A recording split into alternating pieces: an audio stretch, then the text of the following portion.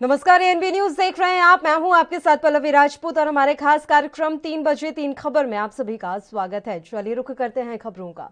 उत्तर प्रदेश पंचायत चुनाव के आखिरी चरण का मतदान जारी है। कोरोना काल में हुए इस चुनाव के दौरान अब तक 577 बेसिक शिक्षकों की मौत हो चुकी है। ये दावा राज्य शिक्षक संगठन ने किया है। इससे पहले एक अखबार ने पंचायत चुनाव के दौरान 135 पोलिंग अफसरों की मौत की खबर छापी थी, जिस पर इलाहाबाद हाईकोर्ट ने संज्ञान लिया था। वहीं अब राज्य शिक्षक संगठन ने उत्तर प्रदेश राज्य निर्वाचन आयोग को उन 577 शिक्षकों की लिस्ट सौंपी है, जिनकी मौत पंचायत चुनाव में ड्यूटी के दौरान हुई है। लिस्ट सौंपने के बाद राज्य शिक्षक संगठन ने 2 मई को होने वाली मतगणना को टालने की मांग की है। हालांकि चुनाव आयोग की ओर से मतगणना को टालने की कोई सुगबुगाहट नहीं है। उत्तर प्रदेश शिक्षक महासंघ के अध्यक्ष दिनेश चंद्र शर्मा ने कहा कि पंचायत चुनाव के नाम पर राज्य निर्वाचन आयोग ने 71 जिलों में 577 बेसिक शिक्षकों को संक्रमित कर दिया। हम उनका नाम चुनाव आयोग को सौंप रहे हैं। इससे पहले सरकार की ओर से सभी डीएम, एसपी और जिला निर्वाचन अधिकारी को एक सर्कुलर भेजा गया था। यूपी सरकार की ओर से भेजे गए सर्कुलर में special work officer SK Singh ने सभी डीएम, एसपी और जिला निर्वाचन अधिकारी से अपने जिले में कोरोना के कारण शिक्षकों की मौत के दावे की पड़ताल करने को कहा था। इसकी रिपोर्ट 24 घंटे के अंदर शासन ने तलब की है।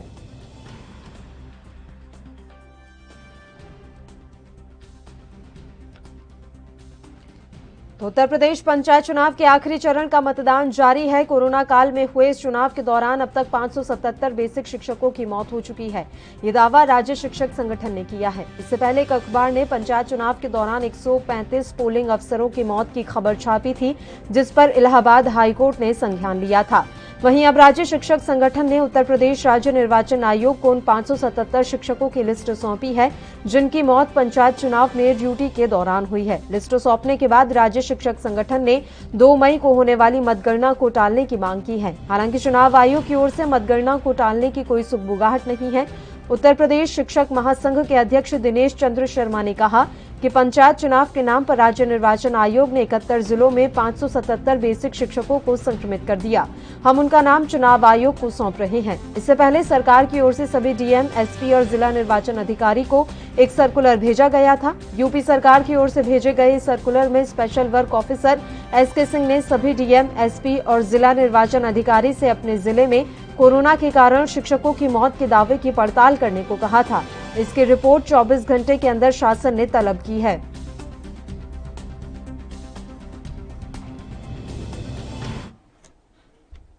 और इस मसले पर चर्चा करने के लिए वरिष्ठ पत्रकार सह राजनीतिक विश्लेषक अरविंद विद्रोही जी इस समय लाइव हमारे साथ जुड़ गए हैं। अरविंद जी, स्वागत करती हूं आपका एएनबी न्यूज पर। सर, एक बड़ा सवाल है। लगातार हम कह रहे थे कि जब कोरोना का काल चल रहा है तो ऐसे में चुनावों की क्या जरूरत है। बावजूद इसके चुनाव हुए और आज उत्तर प्रदेश पंचायत चुनाव के लिए आखिरी चरण का मतदान भी हुआ। इस बीच एक बड़ा दावा किया गया और इस दावे के अनुसार अब तक 577 बेसिक शिक्षकों की मौत हो चुकी है और यह दावा राज्य शिक्षक संगठन ने किया है। अब आपको क्या लग रहा है, क्या आने वाले समय में इस दावे को लेकर कोई सुगबुगाहट उत्तर प्रदेश में हो सकती है, कोई राजनीतिक हलचल वहां हो सकती है? देने को कही है और सरकार को भी ये जानकारी इकट्ठा करना चाहिए उनके नागरिकों को, और जो चुनाव में लगे हुए ड्यूटी कर रहे अगर शिक्षकों की मृत्यु हुई है, इतनी भारी तादाद में हुई है, तो एक एक व्यक्ति की जान की सुरक्षा की गारंटी सरकार लेने की बात कहती है। ठीक है, सबकी सेवा करते हुए महामारी के काल में तमाम लोगों की जान जा रही है, तो जिनकी जान चली गई उनके परिवार को क्षतिपूर्ति भी होनी चाहिए, उनको सांत्वना भी होनी चाहिए, टाल मटोल नहीं होना चाहिए। और जहां तक चुनाव की लगातार बात है, चुनाव आयोग हो या राजनीतिक दल हो या आम मतदाता हो, किसी ने भी ये नहीं सोचा कि कोविड-19 के इस दौर में अगर चुनाव प्रक्रिया चलेगी तो उसका खामियाजा किसको भुगत सकता है। ये तो चुनाव के में ड्यूटी चुनाव आयोग के कारण लगी थी, उनकी मृत्यु की बात है। तमाम प्रत्याशी भी जो प्रत्याशी रहे वो उनकी भी मृत्यु की सूचना मिल रही है, तो उनसे तो किसी ने जबरदस्ती कहा नहीं था कि आप चुनाव लड़िए और वोट मांगिए, लेकिन लोगों को कोविड-19 महामारी से ज्यादा जो है चुनाव जरूरी लगा, प्राथमिकता लोगों की चुनाव थी। और कहीं ना कहीं सरकारी कर्मचारियों की तो मजबूरी रहती है, उनका दायित्व रहता है कि जो दायित्व उनको सौंपा जाए उनको पूर्ति करें, तो वो तो दायित्व निभाते हुए शिक्षक हो, पुलिसकर्मी हो, सफाई कर्मी हो, और लेकिन जो ये वोट देने और चुनाव लड़ने वाले लोग, इन्होंने भी ये नहीं समझा कि कोविड-19 की महामारी से बचने के लिए चुनाव से दूर रहा जाए। उसका खामियाजा हम आप सभी लोग कहीं न कहीं भुगत रहे हैं। पल्लवी जी, बड़ी विषम स्थिति है, लेकिन अभी भी लोग ये नहीं समझ रहे हैं कि हमको स्वास्थ्य निर्देशों का पालन करना चाहिए और मानवता कायम रखनी चाहिए। बिल्कुल। अब ऐसे में सर, राज्य शिक्षक संगठन ने 2 मई को होने वाली मतगणना को टालने की मांग की है। अब जब मतदान नहीं टाले गए तो आपको लग रहा है कि मतगणना टाल दी जाएगी सरकार की तरफ से? नहीं, देखिए, सरकार की तरफ से मत कहिए कहीं भी, क्योंकि चुनाव आयोग पर निर्भर करता है और मतगणना के संदर्भ में गाइडलाइन भी जारी हो गई है। पहले सरकार को मैंने इसलिए मेंशन किया सर, क्योंकि सरकार अगर चाहती, अगर उनकी तरफ से कोशिश की जाती, पत्र लिखे जाते, तो शायद ये संभव भी था। लेकिन मंशा तो यही थी तमाम राज्य सरकारों की, जहां पर अभी चुनाव हो रहे हैं, कि हो जाए चुनाव। इसलिए मैं मतगणना को लेकर भी ये बात कह रही हूँ कि उनकी मंशा तो यही है कि मतगणना हो जाए ना। देखिए पल्लवी जी, इसमें उत्तर प्रदेश के संदर्भ में मैं बता दूं जो जानकारी, यहाँ पर चुनाव पिछले वर्ष ही हो जाने चाहिए थे, पंचायत चुनाव के, और सरकार ने, उत्तर प्रदेश सरकार ने नहीं कराया। उसके बाद तमाम राजनीतिक दल लगातार ये दावा करते थे कि उत्तर प्रदेश की सरकार पंचायत चुनाव नहीं कराना चाहती है, पंचायत चुनाव में लगातार वो हार का सामना करना पड़ेगा, इसलिए पंचायत चुनाव से भाग रही है। और अभी 15 दिन होली के पहले तक की तमाम डिबेट में हम लोग मौजूद रहते थे। तमाम विपक्ष के लोग, यही भाजपा के लोगों को कहते थे कि आप लोग चुनावों से भाग रहे हैं। तो चुनाव आयोग जहां जिम्मेदार है, वहां पर राजनीतिक दल भी जिम्मेदार है। सभी राजनीतिक दल जिम्मेदार है जिन्होंने चुनावी प्रक्रिया को जीवन की प्राथमिकता से ज्यादा महत्वपूर्ण चुनाव की हार जीत को समझा। इसी का खामियाजा आम नागरिक भी, क्योंकि आम नागरिक भी वोट देने जा रहे हैं, चाहे बंगाल की बात कहिए, चाहे उपचुनाव कहिए, चाहे पंचायत चुनाव में, लोग जम के वोट देने जा रहे हैं। लोगों ने अपनी प्राथमिकता अभी अपने जीवन को बचाना नहीं समझा। लोगों ने अपना प्रत्याशी चयन करना, चुनाव लड़ना, और चुनाव आयोग ने भी प्राथमिकता समझी कि हमको चुनाव कराना जरूरी है। डेमोक्रेसी, लोकतंत्र जनता की भलाई के लिए है। जनता की भलाई इसी में रहती कि सोशल गैदरिंग ना हो, राजनीतिक जमावड़ा ना हो, तो चुनाव ना होते तो बेहतर रहता। लेकिन अब क्या कहा जाए, दुर्भाग्य है कि जो जिम्मेदार हैं, व्यवस्था के बनाने वाले लोग हैं, वही लोगों का बड़ा योगदान व्यवस्था को बिगाड़ने में कोविड-19 के सेकंड फेज में रहा। जी बिल्कुल। इलाहाबाद हाईकोर्ट ने कल एक बार फिर से टिप्पणी की थी, योगी सरकार को फटकार भी लगाई थी, और इस बार बड़ी टिप्पणी करते हुए कहा कि हम हाथ जोड़ रहे हैं, 14 बड़े शहरों में पूर्ण लॉकडाउन लगा दीजिए, तभी आप कोरोना संक्रमण की चेन को ब्रेक कर पाएंगे। शायद इसी का नतीजा है कि आज लॉकडाउन को लेकर बड़ा ऐलान योगी सरकार की तरफ से किया गया। अरविंद जी, तो अगर इस तरीके से सरकार कदम उठा सकती है तो चुनाव आयोग को कहां दिक्कत आ रही है? क्या चुनाव आयोग की तरफ से कड़ा एक्शन नहीं लिया जा सकता? लोगों की जान जरूरी नहीं है क्या? बिल्कुल, यही मैं कह रहा हूँ कि जो व्यवस्था बनाने वाले लोग बना, अभी देखिए, इतने दिन से दिल्ली की हम बात करें, और दिल्ली की बात ही नहीं है, यूपी में भी गाजीपुर बॉर्डर पर लोग बैठे हुए किसान आंदोलन मांगों को लेकर के। जब उस संदर्भ में लोग कोर्ट जाते हैं, कहते हैं इससे कोविड-19 फैलेगा, तो न्यायालय और न्यायाधीश महोदय कह देते हैं कि ये लोकतांत्रिक अधिकार है, हम नहीं रहने देंगे। और तमाम जगह पुलिस के लोग कार्रवाई करते हैं जमावड़े को रोकने के लिए। तो अखबार नवीस, हम लोग के जैसे लोग या उनके परिजन या शासन सत्ता के लोग कार्रवाई करने वाले लोगों को ही कार्रवाई का शिकार बना देते हैं। बड़ी विषम परिस्थिति है। अगर जो कोविड-19 के स्वास्थ्य निर्देश है, शासनादेश का गाइडलाइन है, उसका पालन कराया जाए और सख्ती से कराया जाए, तो जो व्यक्ति सख्ती से पालन कराएगा उसके खिलाफ भी कार्रवाई हो जा रही लोकतंत्र में। तो और लोग खुद समझ नहीं रहे हैं कोविड-19 की महामारी की गंभीरता को। ना न्यायालय भी नहीं समझ रहा है। न्यायालय अगर समझता तो आंदोलनों को क्यों होने देता? स्वतः नोटिस लेके चुनाव आयोग को डायरेक्शन दे देता। कुछ स्वतः तमाम मामलों में स्वतः संज्ञान लिया, स्वतः संज्ञान लेकर के सरकार को निर्देशित कर दिया। बस ये है कि सब चल रहा है और जनता भी उतनी गंभीर नहीं है, मस्त है। लोगों को जीवन से ज्यादा जो है घूमना टहलना, चुनाव, मिलना जुलना पसंद है, तो वो हम लोग मुसीबत भोग रहे हैं। आज ऑक्सीजन, वेंटिलेटर, बेड, इसकी कमी का रोना रो रहे हैं। हमारे पास 3 चीजें WHO से लेकर के प्रधानमंत्री ने बताई थी कि हमको मास्क लगाना है, सैनिटाइज करते रहना है और गैदरिंग नहीं करनी है। हम ये 3 तो कर नहीं पाए, और बड़े बड़े स्वास्थ्य सुविधा उपलब्ध देशों में हमने महामारी का जो रूप देखा था उससे हम नहीं सचेत पाए। इतनी विशाल जनसंख्या में बीमारी के समय में तो हम ओपीडी में इंतजार करते हैं 2-2 ढाई घंटा, प्राइवेट हॉस्पिटल में जाते हैं डॉक्टर से मिलने तो 10 मरीज के बाद नंबर आता है। महामारी में ये मंजर तो देखना हमारी बदनसीबी है और भी अभी भी लोग नहीं सुधरेंगे, सरकारें और समाज दोनों नहीं सुधरेगा तो अभी और भी बदतर हालत देखना पड़ेगा, क्योंकि ये एक भी है कि अगर आप खुद को नहीं सुधारेंगे तो प्रकृति सुधारती है। हम लोग बड़े बेलगाम हो गए हैं, अभी भी लोग अपने ही हित के बनाए हुए निर्देशों का पालन नहीं कर रहे, ये बहुत दुर्भाग्यपूर्ण है। पल्लवी बिल्कुल, अरविंद जी आप लगातार हमारे साथ जुड़े रहिए, आपके साथ चर्चा ऐसे ही जारी रहेगी। तो आपको बता दें कि उत्तर प्रदेश में पंचायत चुनावों के लिए आज आखिरी चरण का मतदान जारी है। इस बीच शिक्षक संगठन की तरफ से बड़ा यहां दावा किया गया है कि अब तक 577 बेसिक शिक्षकों की मौत तो हो चुकी है। खैर देखने वाली ये बात रहेगी कि इस दावे के बाद क्या किसी तरह की कोई कार्रवाई चुनाव आयोग के द्वारा की जाती है। चलिए अब अगली खबर का रुख कर लेते हैं। देश में 1 मई से वैक्सीनेशन का नया चरण शुरू हो रहा है, लेकिन दिल्ली में इस चरण को लेकर संकट बरकरार है। गुरुवार को दिल्ली के स्वास्थ्य मंत्री सत्येंद्र जैन ने बयान दिया है कि अभी दिल्ली में वैक्सीन नहीं है। दिल्ली सरकार ने वैक्सीन की कमी की समस्या बताई है। साथ ही अब पंजाब, ओडिशा, जम्मू कश्मीर सरकार ने भी 1 मई से नया चरण शुरू होने में असमर्थता जताई है। दरअसल सत्येंद्र जैन से सवाल हुआ था कि क्या दिल्ली में 1 मई से 18 से अधिक उम्र वाले लोगों को टीका लगेगा। इस पर मंत्री ने कहा कि अभी दिल्ली में वैक्सीन नहीं है, हमने कंपनियों से वैक्सीन उपलब्ध कराने की अपील की है। जब हमें वैक्सीन मिलेगी तब आपको बता दिया जाएगा। वैक्सीन के संकट के बीच दिल्ली के मुख्यमंत्री अरविंद केजरीवाल ने गुरुवार को बैठक बुलाई है। शाम 4 बजे दिल्ली के मुख्यमंत्री अन्य अधिकारियों के साथ बैठक करेंगे। इसमें स्वास्थ्य मंत्री सत्येंद्र जैन भी शामिल होंगे। इधर पंजाब के स्वास्थ्य मंत्री बलबीर सिद्धू ने साफ कह दिया है कि केंद्र की ओर से वैक्सीन नहीं मिल रही है, ऐसे में 1 मई से वैक्सीनेशन का नया चरण नहीं हो पाएगा। बता दें कि बुधवार शाम 4 बजे से ही 18+ वालों के लिए वैक्सीनेशन के लिए रजिस्ट्रेशन शुरू हो गया है।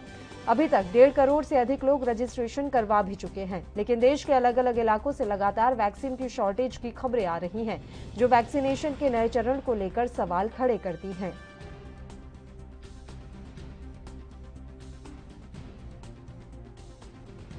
वैक्सीन नहीं है, वैक्सीन के लिए हमने कंपनी से रिक्वेस्ट की है। अभी जैसे ही वैक्सीन आती है तो आपको बताएंगे। कई राज्य हैं जो 1 मई से शुरू नहीं कर रहे हैं, तो क्या दिल्ली भी उसमें है, नहीं कर सकता? अभी आपको 1-2 दिन में बताते हैं, क्योंकि वैक्सीन तो सबसे इम्पोर्टेंट है ना। तैयारियां सारी हैं पर वैक्सीन होना जरूरी है। 1 दिन का ही समय बताइए। वैक्सीन के बिना तो कैसे बता सकेंगे। हम भी वही हैं भैया, हमारे पास वैक्सीन हुई तो भी लगाएंगे, अगर होएगी तो कैसे लगा देंगे। तो हम मानकर चले भाई जो 18+ है उसको शुरू नहीं कर पा रहे पंजाब। हम तो तैयार बैठे हैं, हमारी तो फौज तैयार बैठी है काम करने के लिए, लेकिन हमारे पास मटेरियल नहीं है। ये बात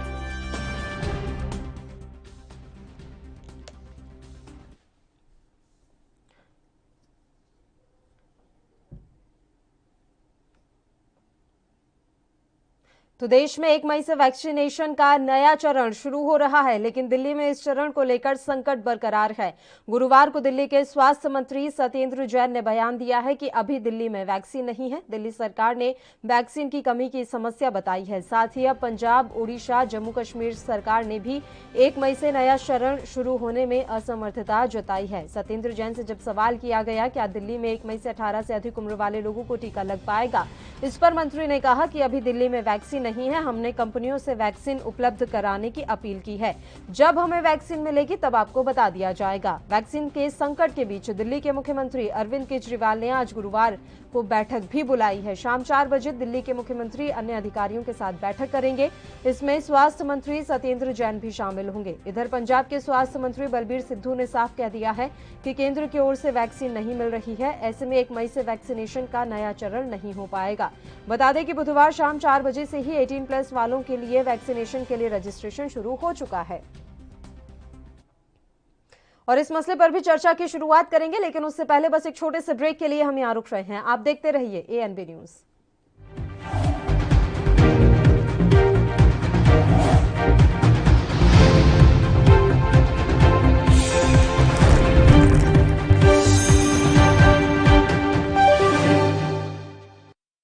क्या आप दुबले पतले कमजोर हैं, आपकी सेहत नहीं बनती, भूख कम लगती है, वजन नहीं बढ़ता? दरअसल मेन बात खाना पीना खाना नहीं है, मेन बात है खाया पिया लगना। और अगर खाया पिया लगेगा ही नहीं तो सेहत बनेगी कैसे?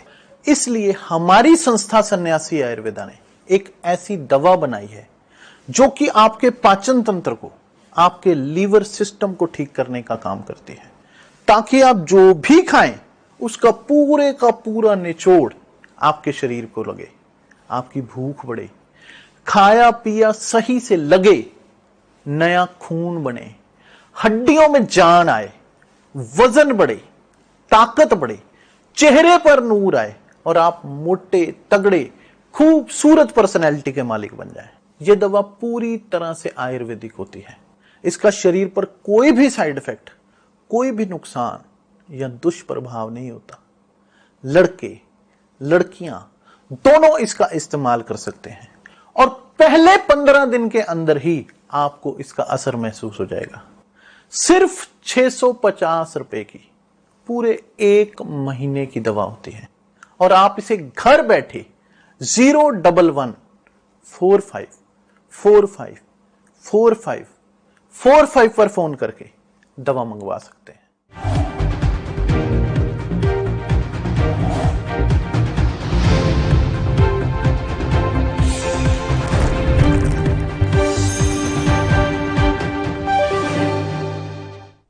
ब्रेक के बाद एक बार फिर से आप सभी का स्वागत है। देश में 1 मई से शुरू होने वाले वैक्सीनेशन के तीसरे चरण पर संकट के बादल मंडरा रहे हैं, क्योंकि कई राज्यों ने हाथ खड़े कर दिए हैं। उन्होंने साफ कर दिया है कि हमारे पास वैक्सीन का स्टॉक नहीं है। ऐसे में अब सवाल बरकरार है कि क्या 1 मई से 18+ वाले लोगों को वैक्सीन मिल पाएगी। इस मसले पर भी चर्चा करने के लिए अरविंद विद्रोही जी हमारे साथ लाइव लगातार जुड़े हुए हैं। अरविंद जी, जो तमाम राज्य इस समय खुलकर बोल रहे हैं कि हमारे पास वैक्सीन नहीं है, तो अब सवाल यही खड़ा हो रहा है कि 1 मई से जो तीसरा चरण शुरू होना था वैक्सीनेशन का, वो शुरू हो पाएगा या नहीं। जबकि केंद्र लगातार अपने आप सफाई दे रही है कि हमने वैक्सीन भेज दी है, सबके पास 1-1 करोड़ की डोज पहले ही भेजी जा चुकी है और अभी 30 लाख डोज हर राज्य को फिर भेजी जाएगी। पल्लवी जी, अब ये नहीं समझ में आ रहा है कि आखिर सरकारें चाहती क्या है। केंद्र सरकार का दावा आपने बताया कि उनका है कि हमने वैक्सीन भेज दी है और तमाम राज्य सरकारें कह रही हमारे पास है नहीं। तो ये जो अंतर है केंद्र सरकार और राज्य सरकारों का, दावों में अंतर, उनका कहना हमारे पास है नहीं, इनका कहना है, इसको कैसे समझाया। अब तो उचित ये होगा मेरे हिसाब से कि अगर राज्य सरकारों की जो डिमांड है उसको केंद्र सरकार पूरा करे। डॉक्टर हर्षवर्धन स्वास्थ्य मंत्री है, सुलझे हुए व्यक्ति है, वो सामने आए और बतावें कि वस्तु स्थिति क्या है। अगर अभी तक नहीं पहुंची तो उसको पहुंचावे। राजनीति का विषय वस्तु नहीं है। दूसरी तरफ अगर इसमें ये सच्चाई हो कि केंद्र सरकार भेज रही है और राज्य सरकारें इस तरह का बयान दे रही है, तो केंद्र सरकार को आगे बढ़ करके जो रजिस्ट्रेशन की प्रक्रिया हो रही है उसको ध्यान में रखते हुए केंद्र सरकार को अपने जो हर राज्य में केंद्र सरकार की भी इकाई है, उनके भी मानव संसाधन है। हाँ, मानव संसाधन जो है राज्य सरकारों से लिया जाता है, लेकिन वो शुरू करावे, केंद्र के ही साधनों से शुरू करावे और राज्य सरकारों को एक एडवाइजरी जारी करें कि आपके पास वैक्सीन है और आप इसको लगवाना शुरू करिए। ये कोई वैक्सीन कोई भंडारण की चीज नहीं है कि आप अपने पास रखे रहिए और लगता रहेगा। जितने लोगों का रजिस्ट्रेशन हुआ आपके पास जितना है, जितनी डोज आपके पास है राज्य सरकारों के पास, 1 तारीख से वो शुरू हो। उसके बाद जैसे जैसे लोग आते जाएंगे वैसे वैसे उनका लगता जाए। और ये जिम्मेदारी केंद्र सरकार की है कि राज्य सरकारों को वैक्सीन उपलब्ध कराएं। तो अभी तो ये स्थिति स्पष्ट होनी चाहिए। मुझे लगता है 1-2 दिन में हो जानी चाहिए स्पष्ट कि सच कौन बोल रहा है, झूठ कौन बोल रहा है। ये अंतर क्या है केंद्र सरकार का कि हम भेज चुके हैं और ये कह रहे हैं हमारे पास है नहीं। तो ये क्या वैक्सीन में भी झूठ का बाजार और झूठ की राजनीति होगी? ये तो बड़ी महामारी में भी बड़ी विचित्र स्थिति राजनीतिक दलों के द्वारा पैदा की जा रही है, सत्ताधारियों के द्वारा, केंद्र सरकार हो या राज्य सरकारें। और उत्तर प्रदेश का मैं बताऊं, उत्तर प्रदेश में पूरी तैयारी है वैक्सीनेशन की। मैसेजेस आ रहे हैं, अपील हो रही है कि रजिस्ट्रेशन करावें, सारी चीजें चल रही है। बस देखना यही होगा कि संक्रमण को भी ध्यान में रखते हुए, बढ़ते संक्रमण को ध्यान में रखते हुए जो लोग वैक्सीनेशन कराने जाएं वो पूरा कोविड के स्वास्थ्य निर्देशों का पालन करते हुए, मास्क लगा करके, सैनिटाइज करके, फिर सारे सुविधाओं को ध्यान में रखते हुए जाएंगे। तो इस कार्य में राजनीति नहीं होनी चाहिए। अगर कमी है तो उसको पूरा करें और अगर मिल चुका है तो उसको लगवाने की व्यवस्था करावें। जी पल्लवी जी। बिल्कुल अरविंद जी, देखिए वैक्सीनेशन को लेकर तो अभी चल ही रहा है तमाम आरोप प्रत्यारोप का सिलसिला, और भी काफी सारी ऐसी चीजें हैं जिनकी शॉर्टेज इस समय है, चाहे वो रेमडेसिविर इंजेक्शन हो या फिर कई स्वास्थ्य सुविधाओं की अभी हमारे यहाँ पर कमी है। इन सब के बीच में हम देख पा रहे हैं कि सबसे ज्यादा दिल्ली सरकार सामने आ रही है, या फिर मैं यूं कह दूं कि दिल्ली के जो मुख्यमंत्री हैं अरविंद केजरीवाल, वो ही इस समय सबसे ज्यादा छाए हुए हैं।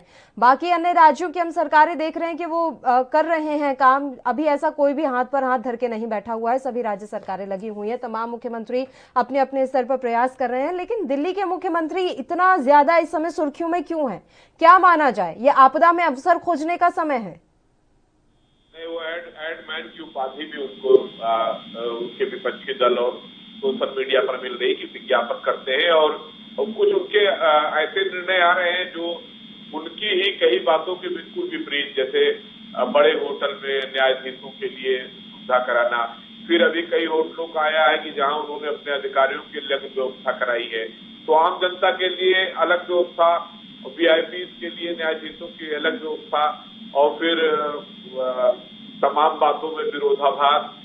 इसलिए वो सुर्खियों में रहते हैं, और दिल्ली देश की राजधानी है, सारे लोगों का ध्यान रहता है वहां पर, सारे पूरे देश के कोने कोने से लोग वहां रोजगार के लिए भी रहते हैं, जनप्रतिनिधि भी रहते हैं, और पूरा मतलब दिल्ली तो देश का हृदय स्थल है ना, तो उस पर निगाह सबकी रहती है, और उसका बड़ा कायदे से ध्यान मुख्यमंत्री को रखना चाहिए, और जो सुर्खियां बटोरने से ध्यान हटा करके अब काम पर भी ध्यान देना चाहिए, चाहे वो मुख्यमंत्री हो, चाहे वहाँ एलजी हो, चाहे सांसद हो, पार्षद हो, या सारे मंत्री हो। देश के हर कोने कोने में संकट है, और इस संकट की विभीषिका को समझते हुए राजनीति से थोड़ा सा ध्यान हटा करके अपने अपने जो कर्तव्य है, जो उसी का पालन कर ले, तो सारी चीजें ठीक होने लगी। और अभी आपको क्या लग रहा है, वैक्सीनेशन ही एक ऐसा जरिया है जिसके तहत अभी हम कोरोना संक्रमण के मामलों को कम कर सकते हैं? और दूसरा, क्या लॉकडाउन एक विकल्प हो सकता है कि एक बार फिर से संपूर्ण लॉकडाउन की प्रक्रिया को अपनाया जाए तो शायद कोरोना संक्रमण की चेन ब्रेक हो जाए? देखिए, लॉकडाउन तो एक व्यवस्था है, लॉकडाउन तो एक आपको सुझाव है कि स्थिति गड़बड़ हो गई है और इसको सुधारने के लिए चेन ब्रेक करना है। चेन ब्रेक करने का उपाय हमको आपको शुरू से बताया गया बचने का, कि मास्क लगाइए, सोशल डिस्टेंसिंग करिए, और सैनिटाइज करते रहिए, कम से कम घर से निकलिए। तो जब तक, और ये भी है कि कोई भी वायरस रहता है जो वो रेगुलर बना रहता है। वैक्सीनेशन हमारे जो हमारी पावर है, इम्यूनिटी पावर, उसको बढ़ाएगा। खान पान की भी सारी जीवन शैली जो सबकी बिगड़ी हुई थी उसको ठीक करने की जरूरत है। जिस प्रकार इम्यूनिटी बूस्टर चार्ट और कोविड पेशेंट्स के लिए जो उनकी दिनचर्या का चार्ट है, उसमें दवाओं को छोड़ दीजिए, तो सारी चीजें तो हर व्यक्ति के लिए बहुत अच्छी है। जैसे सुबह 7 बजे उठ करके आपको जीवन शुरू कर देना है, अपना खान पान शुरू करना, रात 10 बजे उसको विराम देना है, बीच में 2-2 घंटे खाना है, फिर लंच के बाद 3 घंटे का ब्रेक लेना है। तो ये तो बहुत पहले से डॉक्टर तो सब लोग कहते हैं 2-2 घंटे के अंदर कुछ ना कुछ खाते रहना चाहिए, और तरल पदार्थ उसमें पीना चाहिए। कई बार है, काढ़ा भी है, नींबू पानी है, शहद है, फिर दूध भी है, हल्दी का दूध, तमाम चीजें। तो ये सारी चीजें मिल करके वायरस से लड़ेंगी। कोई एक उपाय मुझे लगता है कि पूरा नहीं होगा। हमको अपने स्वास्थ्य का ध्यान रखने के लिए सारी चीजों का पालन करना पड़ेगा। हमें अपने को शारीरिक रूप से बचाना पड़ेगा, और शारीरिक और मानसिक दोनों रूप से हमको सुदृढ़ करने के उपाय भी करने पड़ेंगे। बलवीर जी, ये बड़ा संकट है, और ये इस संकट को मुझे लगता है अभी भी सरकारें तो ठीक है अपना काम कर रही है, और वो राजनीति भी कर रही है, लेकिन समाज का बहुत बड़ा तबका, पढ़ा लिखा तबका भी अभी इस संकट की विभीषिका को उतना समझ नहीं रहा है। बिल्कुल, अभी हम गंभीरता को शायद अभी भी समझने में हम देरी कर रहे हैं। अभी भी सुधर जाएं, अभी भी समझ जाएं, तो शायद आने वाले वक्त को हम बचा लेंगे। आने वाले और जितना गंभीर समय है उसे शायद हम रोक पाएंगे। शुक्रिया अरविंद विद्रोही जी, आप हमारे साथ जुड़े इतने अहम मसले पर चर्चा करने के लिए। उधर कोरोना महामारी के चलते आम जनजीवन बुरी तरह से प्रभावित हुआ है। इसके चलते देश भर के कई राज्यों में लॉकडाउन और नाइट कर्फ्यू भी लगा हुआ है। इसके अलावा कोरोना के चलते ऐसी सभी गतिविधियों पर रोक लगाई जा रही है जिसमें अधिक से अधिक लोगों के जुटने की संभावना हो। इसी कड़ी में आज उत्तराखंड सरकार ने इस साल होने वाली 4 धाम यात्रा को रद्द करने का फैसला किया है। उत्तराखंड सरकार की ओर से लिए गए फैसले के मुताबिक 4 धाम यात्रा को रद्द किया गया है और बद्रीनाथ, केदारनाथ, गंगोत्री और यमुनोत्री में स्थित मंदिरों के पुरोहितों को ही अनुष्ठान और पूजा करने की अनुमति रहेगी। 4 धाम यात्रा अगले महीने मई से शुरू होने वाली थी, लेकिन अब कोरोना के संक्रमण के बढ़ने की वजह से इसे रद्द किया गया है। बता दें कि पहले कुंभ मेले को ही लेकर बहुत सवाल उठ चुके हैं, क्योंकि कुंभ मेले के दौरान संक्रमण की दर काफी बढ़ गई थी और इसे देखते हुए अब 4 धाम यात्रा को स्थगित कर दिया गया है।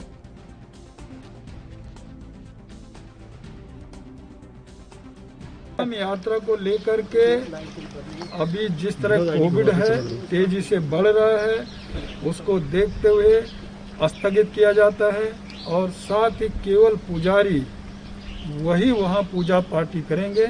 बाकी कोविड को देखते हुए सभी मैं कह स्थगित इसको हम कर रहे हैं। संबंधित जिले के लोग भाग लेंगे सर? कोई नहीं, केवल तीर्थ पुरोहित ही पूजा करेंगे। पूजा अर्चना नियमित होगी, नियमित समय पे आपका पट खुलेंगे। लेकिन जो राहुल जी हैं, जो पूजा पाठी हैं, जो पुजारी हैं, वही वहाँ पूजा अर्चना करेंगे। बाकी शेष लोगों को, पूरे देश के लोगों को 4 धाम यात्रा अभी बंद है। और इसी के साथ 3 बजे 3 खबर में फिलहाल के लिए इतना ही। मुझे दीजिए इजाजत। नमस्कार।